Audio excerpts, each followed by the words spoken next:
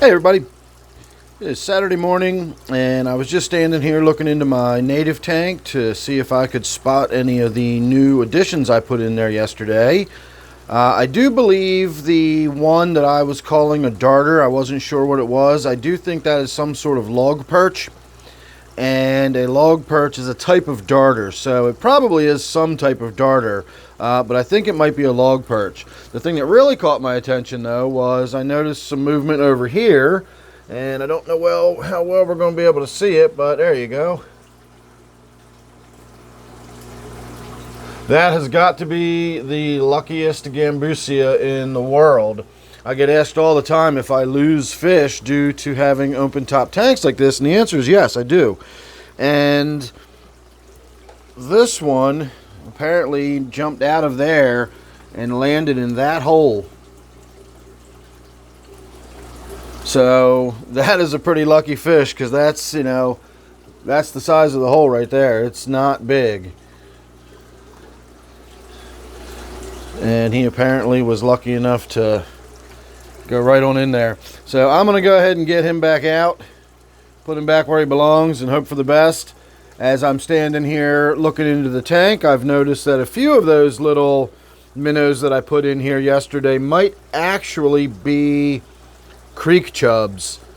And so I'm not going to get too worried about that just yet. If they are creek chubs, it means that most everything else in the tank will eventually get eaten. As the creek chubs get bigger, they become very, very voracious predators, as I found out in some of my other tanks.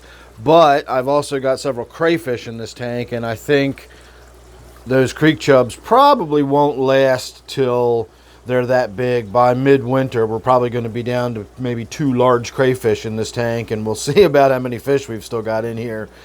But the fish don't go anywhere. They're around all winter, so as long as I've got liquid water to find, I should be able to find some fish. Unfortunately, though, it'll probably be more like just gradually, slowly feeding the crayfish live fish, because I think that is pretty much what's going to happen. You can't really keep crayfish and fish in the same tank together without eventually having those crayfish pick them off one by one. But we'll see. That's how it works when you got a tank set up like this. I've got predatory animals in there, and predatory animals have to prey on something. But the main point of this video was just to show you a little look at that luckiest gambusia in the world swimming around in my snail tank.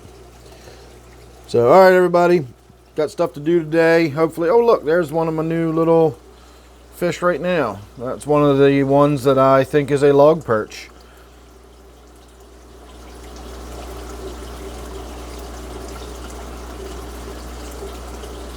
Certainly looks like it. And there's several different species that it could be.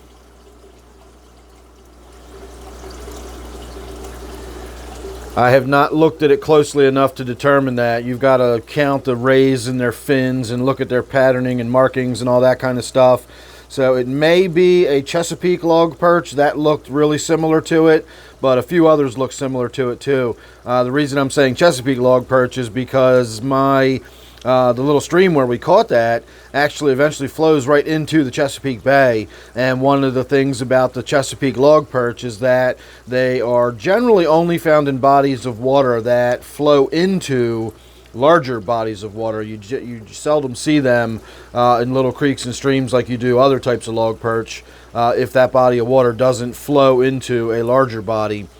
There's that weird sort of ghost looking fish I've got. It's a gambusia, but it is the palest, whitest looking gambusia I've ever seen, and it always seems to kind of swim around doing its own thing too, so not really sure what's going on with that, whether that's something wrong with the fish or not.